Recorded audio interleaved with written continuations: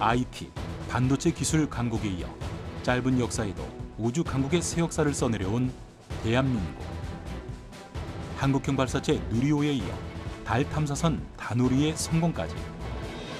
이제 특급 미션을 수행하기 위해 다시 한번 대한민국 우주의 길이 열립니다. 실용급 위성 발사차라는 손님을 태우고 우주를 향해 날아가는 첫 데뷔 무대이자 대한민국 뉴스페이스 시대의 본격적인 시작을 알리는 누리호 3차 발사. 그 화려한 역사의 순간이 곧 시작됩니다.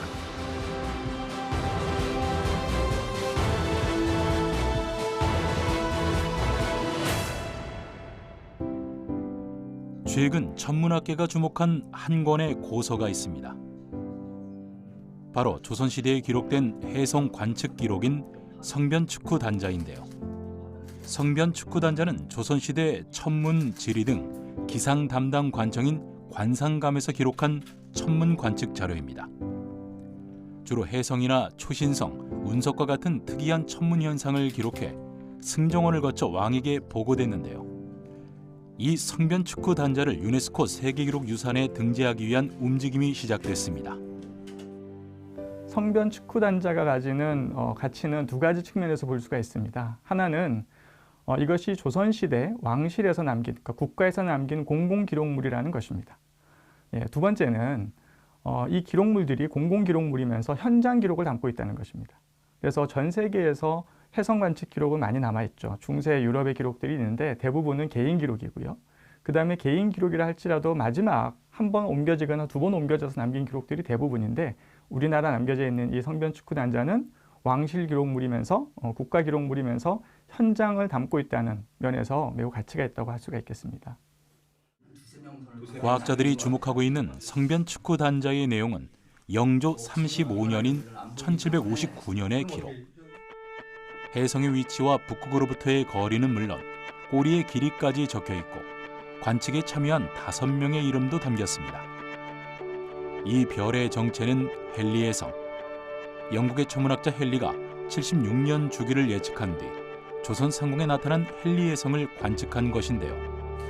왕실 산하 관청이 관측한 자료로는 세계에서 가장 오래된 기록이라고 합니다. 성변축후단자의 상세한 기록과 그림은 조선시대 밤하늘을 관측한 생생한 현장 기록으로 오늘날에도 연구 가치가 높은 학술 자원이자 역사적으로 중요한 사료로 평가되고 있습니다.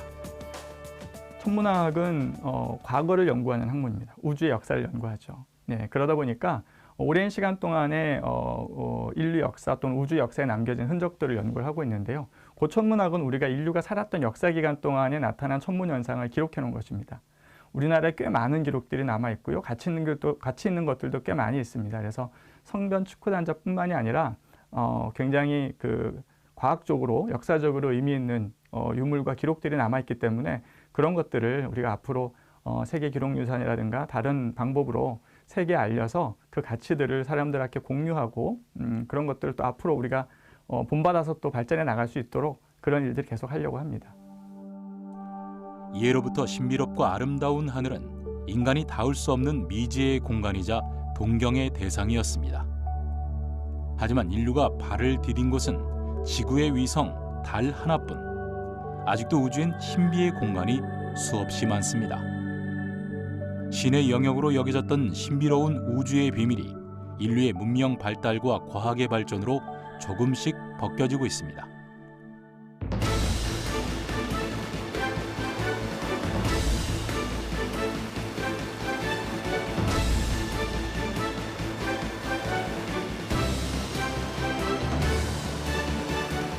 수차례 연기와 실패를 거듭해야 했던 나로호. 2013년 1월 30일 대한민국 최초 위성 발사체 나로호가 3번 만의 도전 끝에 성공을 이뤘는데요. 역사적인 대한민국 우주 시대에 막을 열었습니다.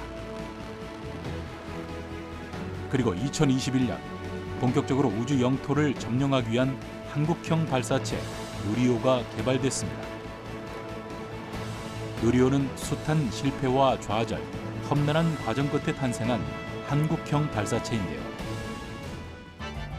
앞서 개발한 고항 로켓이나 나로호에 비해 그 성능부터 뛰어납니다. 나로호는 투입 고도가 300km에 불과하지만 누리호는 700km로 나로호보다 더 높은 고도에 더 큰 위성을 쏘아 올릴 수 있는데요. 3단 로켓 누리호는 설계부터 제작, 시험 과정을 기약 없이 반복하며 1단부터 3단까지 모두 우리 기술로 개발해낸 우주 발사체입니다. 앞이 보이지 않는 길 한가운데서 아무도 가르쳐주는 사람 없이 모든 것을 스스로 해야 했던 로켓 개발의 길. 그리고 2022년 마침내 한국형 발사체 누리호가 우주로 가는 대한민국의 길을 열었습니다. 개발에 착수한 지 12년 3개월 만에 이룬 성과였는데요. 수많은 도전과 실패, 땀과 눈물을 일궈온 값진 성공이었습니다. 아무래도 1차 발사 때가 제일 기억이 남지 않나 싶고요. 어떤 일이 있었냐면 이제 저희가 첫 발사이기 때문에 사실 성공할 가능성이 매우 낮다. 하지만 이제 우리가 가능하면 많은 것을 이제 첫 발사를 통해서 검증을 했으면 한다는 생각을 가지고 진행을 했었는데 의외로 저희가 예상한 거에 약 90% 이상의 우리 검증을 하면서 굉장히 성공적인 첫 발사. 물론 궁극적으로는 궤도 투입엔 실패를 했지만 그런 실패가 있었고요. 그다음에 그 원인을 이제 저희가 우리 스스로 찾아냈다는 거 한 2달 정도 걸려서 그리고 그것을 보완을 해서 마침내 성공을 했다라는 이 과정이 굉장히 기억에 많이 남고 있습니다. 네. 2023년 5월 24일 오후 6시 24분 다시 누리호가 우주를 향해 비상합니다. 새로운 대한민국 우주 독립 신화를 이룰 K우주 시대의 문이 활짝 열렸습니다.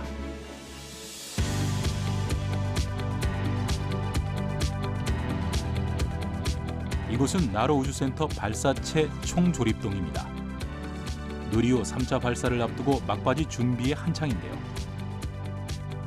1차와 2차 발사가 우주 발사체 기술을 확보하기 위한 시험 발사였다면 이제부터는 실전입니다. 누리호 3차 발사의 가장 큰 임무는 19간 위성을 궤도에 투입하는 것. 시험 비행 성격이던 1, 2차와 달리 실험급 위성을 우주 궤도에 투입하는 특급 미션을 수행하게 되는데요. 누리호에겐 실험급 위성 발사체로의 첫 데뷔 무대인 셈입니다.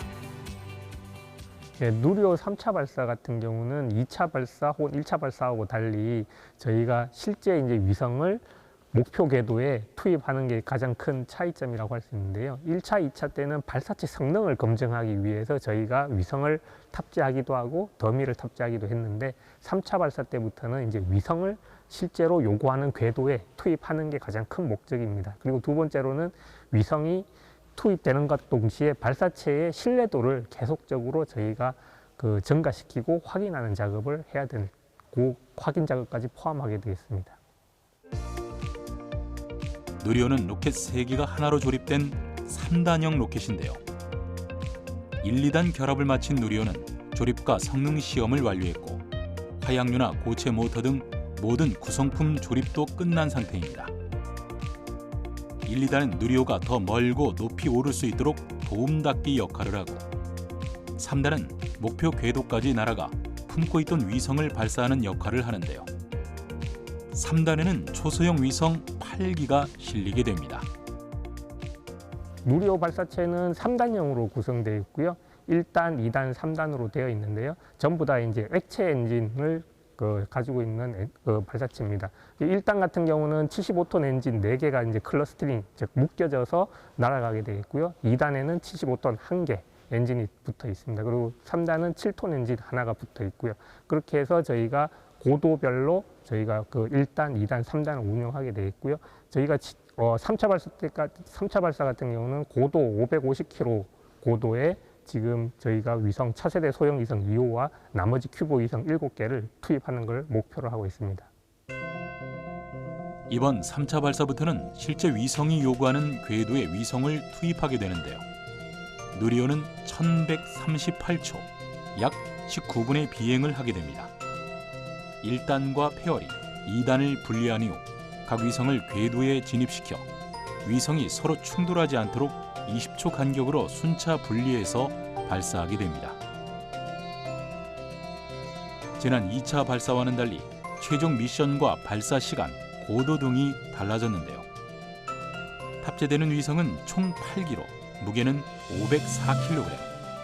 2차 발사에서 누리호의 성능을 검증하기 위한 1.5톤의 위성 모사체보다 탑재 중량은 줄었지만 실용 위성이라는 점이 다릅니다. 또한 주 탑재체인 차세대 소형 위성 2호의 특성에 맞춰 발사 시각도 오후 4시에서 6시 24분으로 변경됐습니다. 차세대 소형 위성 2호는 에너지 소모가 많아 태양열로 에너지를 충전해야 하는데요. 그래서 오후 6시 이후 태양이 질 무렵 위성을 발사해야 언제나 태양빛을 받을 수 있는 태양 동기 궤도에 진입 가능하기 때문이죠. 1차, 2차 때는 발사체의 성능을 검증하다 보니까 저희가 시각을 4시에 쏘면 저희 운용하는데 편의성 이런 걸 고려해서 그 위성하고 상관없이 시각을 정했던 거에 반해서 이제 3차 때부터는 위성이 요구하는 시각이 있습니다. 그래서 요번 같은 경우는 그 차세대 소형 위성 메인 탑재체가 그 태양 동기 궤도뿐만 아니라 그 쌀을 탑재하고 있기 때문에 그 전력을 많이 소모를 하는 위성입니다. 그러다 보니까 태양을 계속 바라봐야 되는 그 궤도를 요구하기 때문에 그렇게 맞추면 시각이 여명 황혼 궤적이라 그래서 저희가 그 발사 시각을 오후 6시 24분에 쏘게 되면 그 위성이 적도를 올라오는 시각이 오전 6시가 딱 맞춰지거든요. 그렇게 되면 위성은 계속 그 태양을 바라보는 조건이 만족이 됩니다. 그것뿐만 아니라 뭐 4차 발사, 5차 발사 때도 위성이 요구하는 시각이 각각 다릅니다. 그럼 거기에 맞춰서 발사 시각이 결정이 된다라고 보시면 되겠습니다. 누리호와 함께 8기의 위성이 우주로 날아가는데요. 지구 관측 임무를 맡은 카이스트의 차세대 소형 위성 2호, 편대 비행으로 우주 날씨를 관측하는 천문연구원의 도요셋 4기, 그리고 우주 방사능을 측정하고 우주용 카메라와 우주 쓰레기 경감 기술을 검증하는 민간 위성 3기가 실립니다.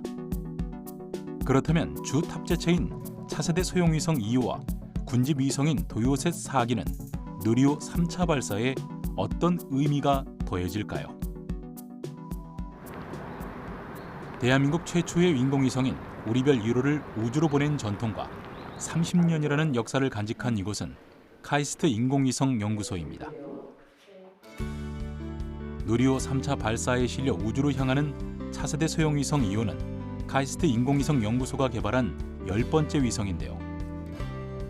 총 중량은 170kg, 안테나를 펼쳤을 때 전체 길이는 5.2m입니다.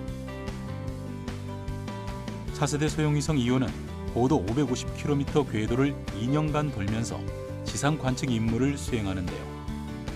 국내 기술로 제작한 소형 영상 레이더의 성능을 검증하는 게 목표입니다. 차세대 소형 위성 2호 개발은 가장 큰 목적 중에 하나는 저희가 우리나라에서 우리나라 기술로 사 탑재체를 레이더 영상 카메라를 개발하는 그 목적이 있었고요. 뭔가 새로운 기술들, 앞으로 미래에 많이 사용될 기술들 이런 부분들에 대해서 조금 더 집중적으로 기술 검증이라든지 그런 기술을 확보해가는 위성이라고 보시면 될 것 같습니다. 차세대 소형 위성 2호의 성공적인 안착은 누리호 3차 발사의 성공과 실패를 가름하는 중요한 기준이 되는데요. 고도 550km에서 우주 방사선과 우주 폭풍을 관측하고 소형 영상 레이더의 성능 검증의 임무를 담당하게 됩니다. 지구 관측 원격 탐사 지원은 물론 실용화 기반 마련을 위해 국내 독자 기술로 개발한 소형 영상 레이더는 최대 해상도는 5m, 관측폭은 40km에 달합니다. 사라 불리는 소형 영상 레이더는 빛과 구름의 영향을 받지 않는다는 장점이 있는데요. 때문에 악천 후에도 주 야간 지상 관측이 가능해 재해 재난, 국토 해양 관리 등에 활용 가능합니다. 차세대 소형위성 2호는 국내 독자 기술로 영상 레이더 시스템을 개발하고 우주에서 검증하게 됩니다. 영상 레이더는 구름이 많거나 비가 오는 상황에서도 영상 촬영이 가능하며 위성이 한반도를 지날 때는 언제든지 촬영이 가능하다는 장점이 있습니다. 따라서 재해, 재난 등의 상황에서 우리나라의 국토나 해양을 관측할 필요가 있을 때 바로 대응이 가능합니다. 그리고 우주용 영상 레이더에 대한 원천 기술을 확보하였기 때문에 향후에는 해외 기술에 의존하지 않고 국내 기술로 영상 레이더 위성을 개발할 수 있게 되었다는 점이 가장 큰 기대 효과라고 할 수 있습니다. 1974년 설립된 이곳 한국천문연구원은 우리나라 국가천문대의 역할을 하면서 동시에 우주의 근원에 대한 탐구를 수행하는 국가천문우주연구기관입니다.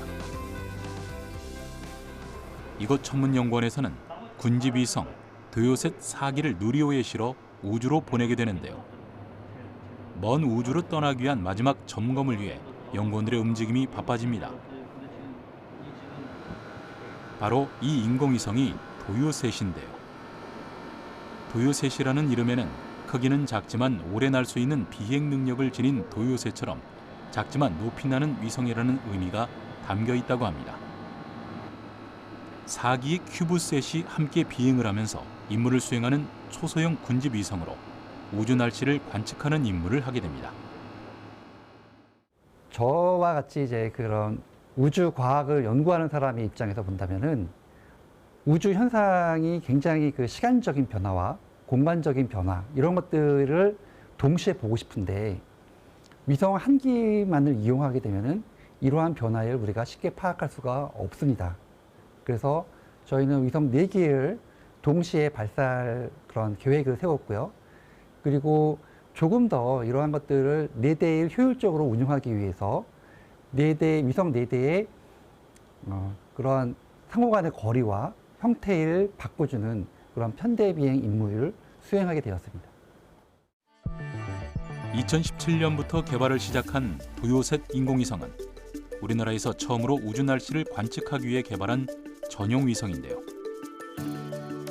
10kg의 초소형 위성 4기로 구성되는 도요셋은 우주에 있는 고에너지 입자들의 입자 환경을 관측하는 고에너지 입자 검출기, 지구 자기장의 변화를 아주 미세하게 관측하는 삼축 플럭스 게이트 자력계, 그리고 이온과 전자가 분리된 플라즈마들의 상태를 관측하는 랑미오 탐침 등의 과학 탑재체가 실립니다.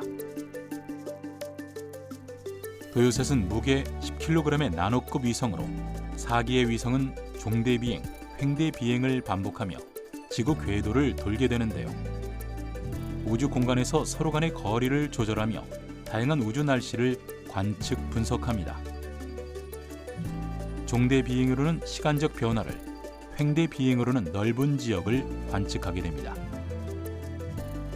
누리호에 실려 우주로 날아가게 될 도요셋은 처음으로 편대 비행을 시도하게 되는데요. 이런 시도는 큐브 위성의 활용성을 높이는 것은 물론 우리 기술로 만든 큐브 위성이 우리의 발사체로 발사됨으로써 뉴스페이스 시대, 새로운 우주 시장을 개척한다는 점에서도 큰 의미가 있습니다. 굉장히 좀 어려운 그런 순간들이 많이 있었던 것 같아요. 도요셋을 개발하면서. 예, 그래서 한편으로 생각하면은 이제 올라가는구나 하는 이제 그러한 기대감도 있고, 그리고 또 다른 한편으로 생각을 하면은 우리가 처음 시도하는 것들이 많이 있는데 과연 이러한 것들이 우주에 올라가서 우리가 계획했던 대로 정말로 잘 위성이 동작을 할 수 있을까라고 하는 불안한 마음도 사실 들고 있습니다. 과학 성과를 내기 위해서는 6개월이라고 하는 시간 동안 잘 운영만 되면은 일단 저희는 세계적인 연구 성과를 낼 수 있는 데이터를 확보할 수 있다고 생각을 하고 있거든요.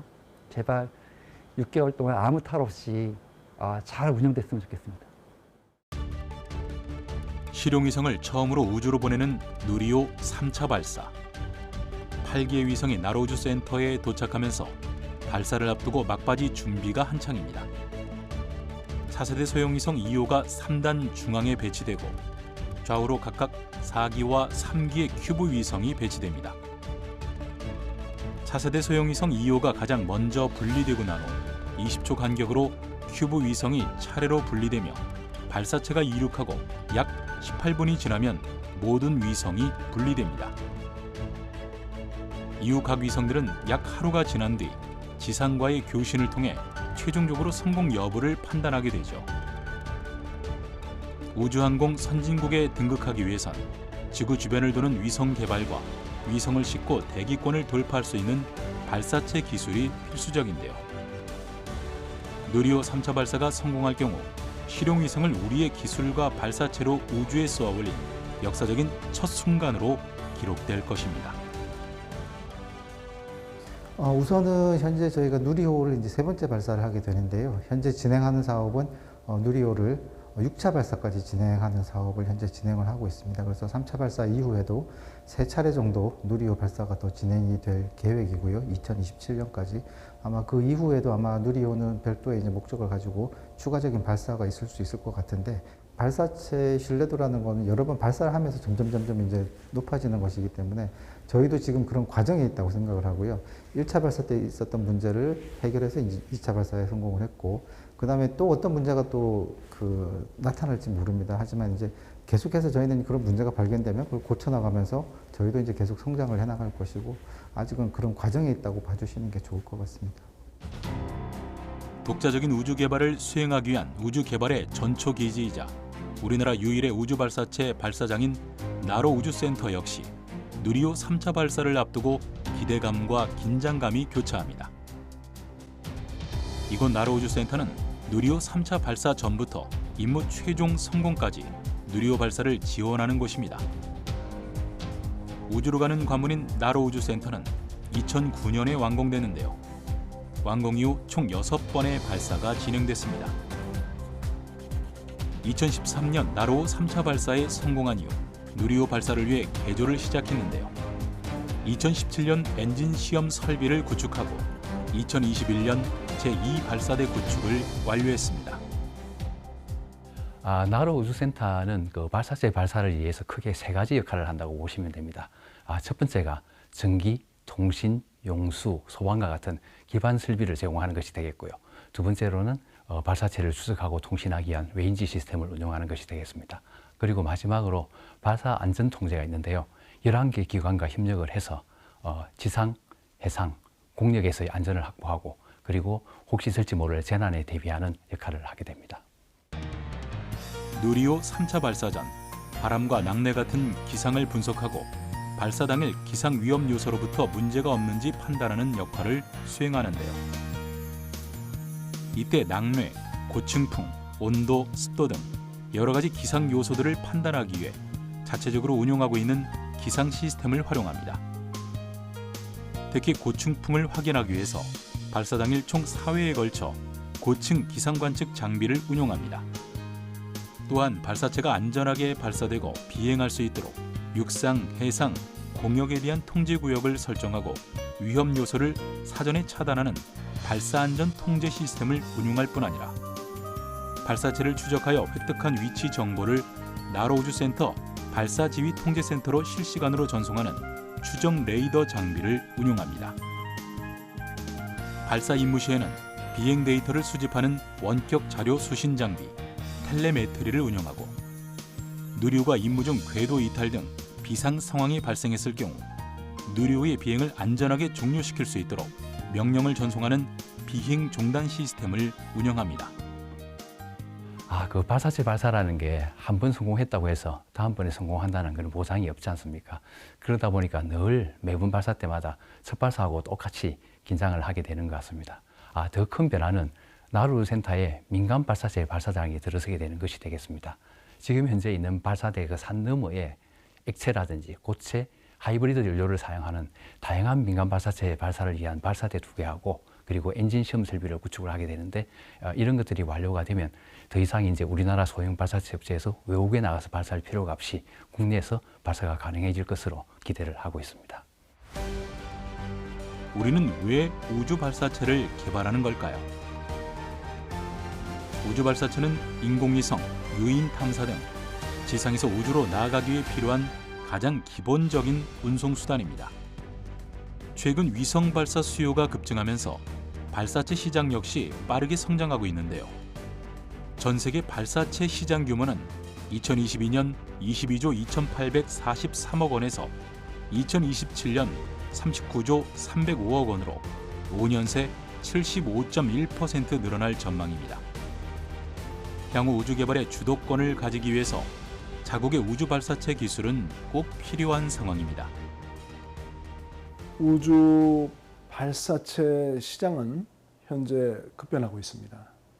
스페이스X의 재사용 발사체가 개발됨에 따라 가격 면에서 상당히 저비용화되는 추세로 지금 변화되고 있습니다.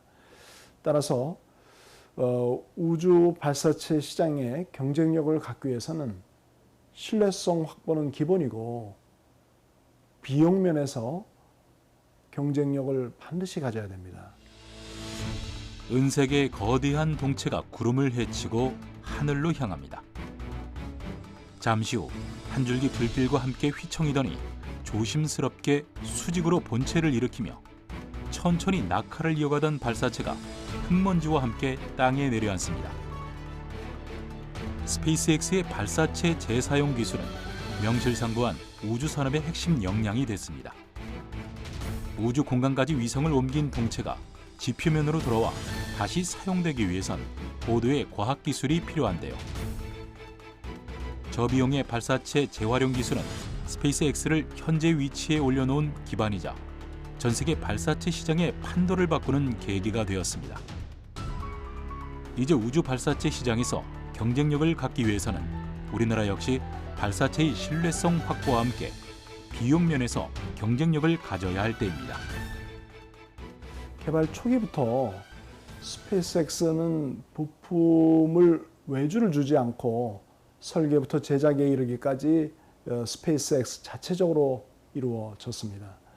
그래서 발사체 비용을 대폭 줄일 수 있었고 펠컨 9이 성공적으로 개발되었음에도 불구하고 재사용 발사체 계획을 수립하고 2015년에 1단 회수에 성공을 하게 됩니다. 그래서 펠컨 9을 재사용 발사체로 업그레이드를 할 수가 있었다는 점이 스페이스X가 전 세계 발사체 시장을 점유할 수 있는 아주 가장 큰 요인이 되었다고 생각합니다. 뉴 스페이스 시대를 맞아 새로운 전환점을 맞이하고 있는 우주 산업. 최근 민간 발사체 분야에 차세대 스페이스X를 꿈꾸는 국내 기업들의 활약이 주목받기 시작했습니다. 대형 발사체는 위성을 싣고 우주로 보내기 위해서는 시간이 오래 걸린다는 단점이 있는데요. 최근 소형 위성의 수요가 늘면서 소형 위성을 저궤도에 진입시키기 위한 소형 발사체가 새로운 비즈니스로 자리 잡기 시작했습니다. 위성이 소형화되는 추세에 접어들게 되면서 기존의 그 비싼 대형 위성을 소형의 군집 위성으로 대체하는 시대로 바뀌게 되었습니다. 그러다 보니 소형위성 발사 수요가 증가를 하게 되었는데 기존의 대형위성 발사체로만 발사를 하기에는 수요 대비 공급이 너무 부족한 상황이었고 그렇다 보니 위성 발사체 기업 입장에서는 그 발사 대기 기간이 상당히 길었습니다. 뭐 많게는 2년까지도 가게 되는 그런 맹점들이 좀 있었기 때문에 소형위성 발사체에 대한 수요가 나타나서 저희 같은 소형위성 발사체를 개발하는 기업들이 지금 전 세계적으로 나타나고 있는 걸로 보시면 될 것 같습니다. 2023년 3월 20일 지구 반대편에 자리한 브라질 알칸타라 우주센터.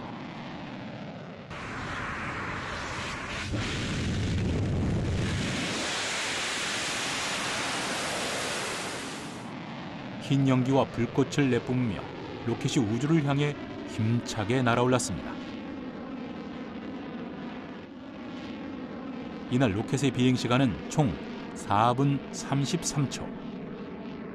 발사 성공 이후 전 세계에 관심이 집중된 이 로켓은 우리 민간 기업이 5년여간 독자 개발한 우주 발사체 한빛 TLV입니다. 한빛 TLV는 무게 8.4톤의 1단형 시험 발사체로 고체 연료와 액체 연료의 장점을 결합한 15톤급 하이브리드 로켓 엔진을 국내 최초로 장착했는데요. 이번 비행 시험은 15톤급 메인 엔진에 대한 비행 성능 검증이 주 목표였습니다. 그동안 국내에서 위성을 우주로 실어 나르는 우주 발사체 개발은 정부나 대기업에서 진행돼 왔는데요. 순수 국내 기술로 만든 첫 민간 발사체라는 점에서 그 의미가 남다를 수밖에 없습니다. 제 개인적으로는 이런 우주 산업 혹은 뭐 위성 발사 시장은 점점 더 커질 거라고 생각을 하고 있고, 국내도 다행히도 정부를 주도로 해서 이런 저희 같은 민간 기업 육성이라든지 이런 정책들이 많이 펼쳐지고 있어서 앞으로는 우리나라도 뭐 이미 누리호 발사를 통해서 지금 세계 우주 7대 강국에 우리나라가 지금 들어가 있긴 하지만 앞으로는 더 큰 발전이 있을 걸로 보고 있습니다. 2023년 4월 20일 총 길이가 120m에 달하는 인류 역사상 가장 크고 강력한 발사체인 스페이스X의 스타쉽이 발사됐습니다. 하지만 발사 4분여 만에 공중에서 돌다가 그대로 폭발했는데요. 스타쉽은 발사 2분 52초가 지났을 때 1단 로켓과 2단 로켓이 분리되어야 했지만 단 분리가 이루어지지 않았습니다. 첫 시험 발사가 실패로 돌아갔지만 일론 머스크는 앞으로 나아가기 위해 더 많은 것을 배운 시간이라고 밝혔는데요. 로켓 발사의 역사는 곧 실패의 역사라고 해도 과언이 아닙니다. 우주라는 무한한 영역으로 뻗어나가기 위해 수없이 많은 도전을 해온 우리나라도 실패를 두려워하지 않는 도전 정신으로 앞으로 나아가야 할 때가 아닐까요? 우리나라의 발사체 관련한 벤처기업의 어떤 저변 확대를 위해서는 젊은이들의 생각이 저는 혁신적이고 도전적이어야 된다고 생각합니다. 그런 도전 정신을 갖고 있는 그런 젊은이들만이 벤처기업을 창업하고 어려움이 있더라도 극복하고 새로운 기술을 창출해내고 발굴하고 성공까지 할 수 있으리라고 봅니다. 어두운 밤하늘, 하얀 빛들이 줄지어 이동하는 모습이 포착됐습니다. 이 하얀 빛들의 정체는 바로 스페이스X에서 쏘아올린 인공위성인데요. 스페이스X는 지구 어디에서나 빠른 인터넷을 이용할 수 있는 초고속 인터넷망 구축을 위해 인공위성 4만여 개를 쏘아올릴 예정인데요. 고도 550km, 기존 위성보다 지구에 더 가깝게 배치해 위성을 촘촘하게 구축한 네트워크 스타링크입니다. 상공 36,000km에 떠있는 정지궤도 위성과 달리 300에서 1,500km의 낮은 궤도를 도는 저궤도 위성은 정지궤도 위성보다 장비 가격이 싸고 훨씬 낮게 떠있어 신호 도달 거리가 짧아 속도가 빠르다는 장점이 있습니다. 이런 스타링크는 통신위성이 닿지 않는 지역에서도 사용이 가능한데요. 자율주행, UAM, 6G, 사물인터넷, 로봇 등 조금씩 구체화되는 미래 기술들을 연결하는 핵심 기술로 떠오르면서 차세대 통신 시장을 선점하기 위해 글로벌 기업들은 수많은 저궤도 통신 위성을 발사하고 있습니다. 이렇듯 지상을 넘어 우주 인터넷 시대가 눈앞에 다가왔습니다. 지상망 중심의 이동통신망의 한계를 극복하는 새로운 서비스가 가능하다는 점에서 음영 지역인 도서나 산간 지역, 바다 같은 공간도 네트워크에 연결되고 재난이나 이동통신상에서도 네트워크의 안전성을 담보할 핵심 기술로 주목받게 될 것입니다. 네, 우주 산업은 크게 여러 가지가 있을 수가 있는데요. 우리 통신이라든지 또는 항법, 또 영상을 활용하는 여러 가지가 있겠지만 대표적으로 산업적인 측면에서는 첨단 제조와 또는 우주에서 내려오는 여러 가지 데이터를 활용하는 데이터 서비스 산업으로 이렇게 구분될 수가 있습니다. 최근에 이제 뭐 우주 인터넷, 또 우주 통신이 보다 이제 4차 산업혁명 시대에 그런 수요가 폭증하면서 앞으로 우리가 우주를 통해서 그런 서비스를 제공받는 이런 것이 그 미래의 어떤 대표적인 산업의 그 모습으로 예측을 하는 상황입니다. 예, 이런 그 상황에 맞추어서 바로 우주 산업도 같이 발전하고 있다, 이렇게 급발전하고 있다, 이렇게 말씀드릴 수 있겠습니다. 최근 스페이스X의 위성을 이용한 스타링크가 본격적인 한국 진출을 시작했습니다. 스페이스X의 스타링크는 기존 위성 인터넷보다 속도는 빠르지만 한국 도심에서의 유무선 인터넷보다는 느릴 뿐 아니라 비용 역시 비싸다는 단점이 있는데요. 이미 포화 상태인 국내 통신 시장 진출을 시도하는 스페이스X는 일반 고객이 아닌 기업을 대상으로 선박이나 기내 와이파이처럼 기존 통신망 사용에 어려움이 있는 곳에 서비스 제공을 할 것으로 보입니다. 스타링크는 위성에서 보내는 전파를 수신할 장비만 있으면 어디서든 인터넷이 가능하기 때문입니다. 해외망 사업자가 국내에 진출한 건 이번이 처음인데요. 이를 두고 앞으로 달라질 판도에 대한 관심이 높아지고 있습니다. 대한민국 같은 경우는 상당히 그 땅이 협소하기 때문에 이제 인터넷망을 많이 깔아서 연결이 되지만 큰 나라들 같은 경우 예컨대 미국 자체만 하더라도 이게 워낙 그 땅이 넓으니까 그 인터넷망을 다 깔 수가 없죠. 그럴 때는 이제 역시 스페이스X 같은 스타링크 같은 게 또 의미되는 게 어느 지역이나 가더라도 인터넷 서비스를 받을 수 있게 되겠죠.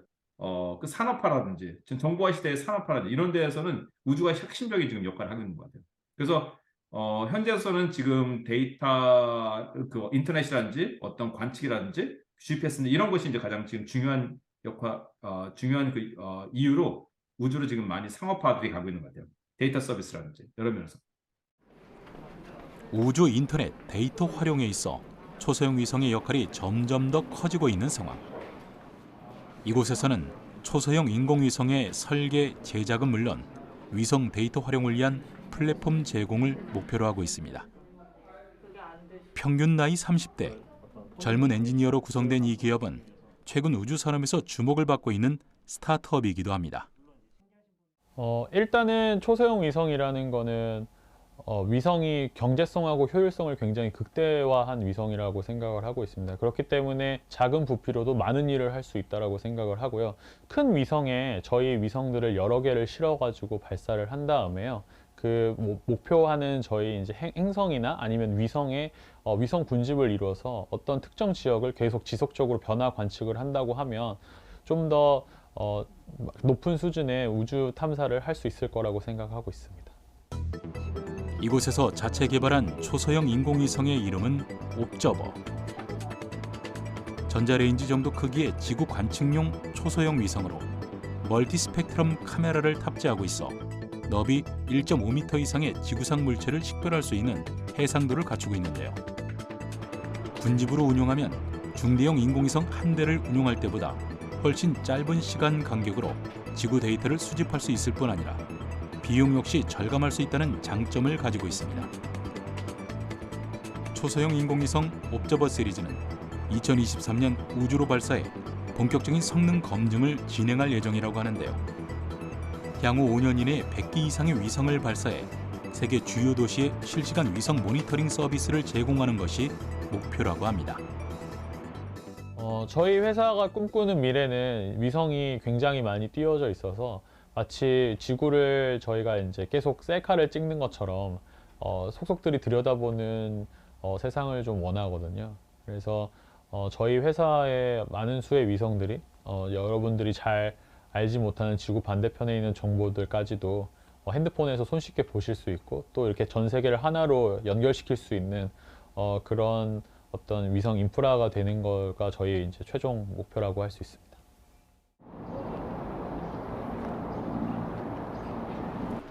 캠퍼스 내에 위치한 한 로켓 추진 연구실입니다. 내부로 들어서자 실험 준비가 한창이었는데요. 실험실에 있는 이 장비는 바로 로켓 시스템인 실험 베드라고 합니다. 여기에 연소기를 끼우는데요. 하이브리드 로켓에 들어가는 연료에 대한 성능을 테스트하기 위해서랍니다. 실험 시작하겠습니다. 실험 시작! 드디어 준비가 끝이 나고 본격적인 실험이 시작됐습니다. 시작과 함께 엄청난 압력의 기체가 연소되기 시작합니다. 이날 하이브리드 로켓 추진 실험에서는 고체 연료를 사용하고 산화제는 기체를 사용했는데요. 하이브리드 로켓 시스템은 고체 로켓과 액체 로켓의 장점을 취합하고 서로의 단점을 보완한 시스템입니다. 이런 다양한 실험을 통해 학생들은 하이브리드 로켓 시스템에 대한 지식과 경험을 쌓아가게 됩니다. 지금 응용공학 실험이라는 과목이 있는데 일주일에 6번의 실험을 하고 있습니다.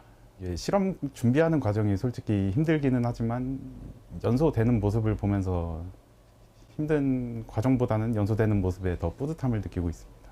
이런 실험도 계속하고 이제 부족한 이론 공부도 하면서 열정이 있는 사람들과 함께 로켓 분야를 발전시키고 싶습니다. 로켓이 하얀 연기를 내뿜으며 창공을 향해 날아오릅니다. 로켓이 날아오르는 순간 학생들의 노력과 열정이 결실을 이룹니다.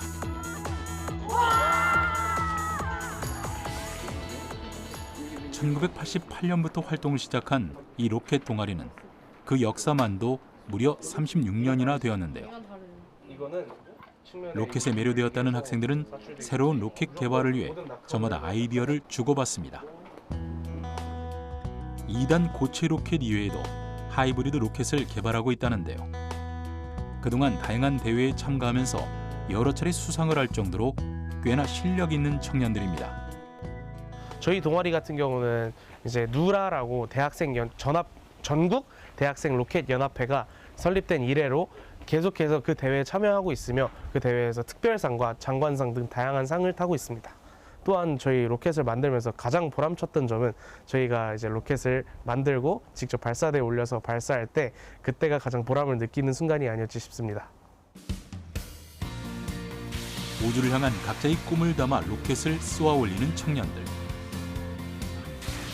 지금의 모든 도전의 순간들은 훗날 또 하나의 기적을 위한 밑거름이 될 텐데, 오늘도 이 작은 로켓은 청년들의 꿈을 품고 머나먼 우주를 향해 힘차게 날아오를 준비를 하고 있습니다.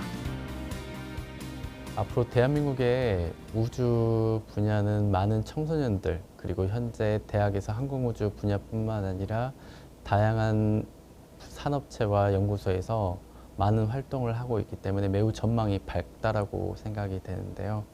그렇기 때문에 많은 청소년들이 꿈과 희망을 안고 항공우주 전공 분야에 진학을 해서 보다 더 넓은 꿈을 펼칠 수 있길 바라고 있습니다. 우주로 가는 하늘길을 활짝 연 누리호의 세 번째 도전. 특히 이번 3차 발사를 기점으로 누리호 기술의 민간 이전이 본격적으로 시작됐습니다. 지난 2022년 10월 선정된 민간 체계 종합 기업이 참여해 누리호 총조립을 수행하며 발사 운용 참관을 통해 관련 기술과 노하우를 전수받는데요. 이후 2027년까지 남아있는 세 차례 발사는 민간 기업이 누리호 고도화 사업을 주도하게 됩니다. 드디어 한국 우주개발이 민간 주도의 뉴스페이스 시대로 본격적인 진입을 시작했습니다. 결국은 이제 민간 기업이 이제 우주 발사체 기술을 이어받게 되는 것이고, 이 기술을 기반으로 해서 아마 민간 기업이 훨씬 더 성능이 뛰어난 또는 이제 기술적으로 혁신을 이루어서 어떤 점프하는 그런 일이 기대된다고 말씀을 드릴 수 있을 것 같고요. 그 이후는 사실은 이제 민간 기업의 몫이라고 할 수 있을 것 같은데요. 얼마나 투자하고 얼마나 열심히 하느냐에 따라서 많은 일들이 벌어질 수 있지 않나 이렇게 생각됩니다. 발사체 기술을 민간 기업에 이전하기 위한 첫 시대로 기록될 누리호 3차 발사와 함께 2032년까지 차세대 발사체 개발 사업이 진행되는데요. 향후 우리나라 대형 위성 발사와 우주 탐사에 활용할 발사체입니다. 차세대 발사체 개발에 성공하면 우리나라는 지구 궤도 위성뿐만 아니라 달과 화성 등에 대한 독자적 우주 탐사 능력을 확보하게 되는데요. 심우주를 향한 전초기지이자 인류의 마지막 블루오션, 달로 향하는 대한민국 우주의 문이 활짝 열리게 됩니다. 다시 한번 힘차게 솟아오를 대한민국의 비상이 기대되는 이유입니다. 다시 우주를 향해 날아오를 시간입니다. 우리의 기술력으로 우리 땅에서 새로운 도전을 준비하는 대한민국. 모든 이들의 기대와 염원을 품고 대한민국의 우주를 향한 전진은 이제부터 시작입니다. 뉴 스페이스 시대, 민간 우주 시대를 열 중요한 자산이 될 누리호. 새로운 기술과 도전으로 다시 광활한 우주로 나아갈 시간입니다.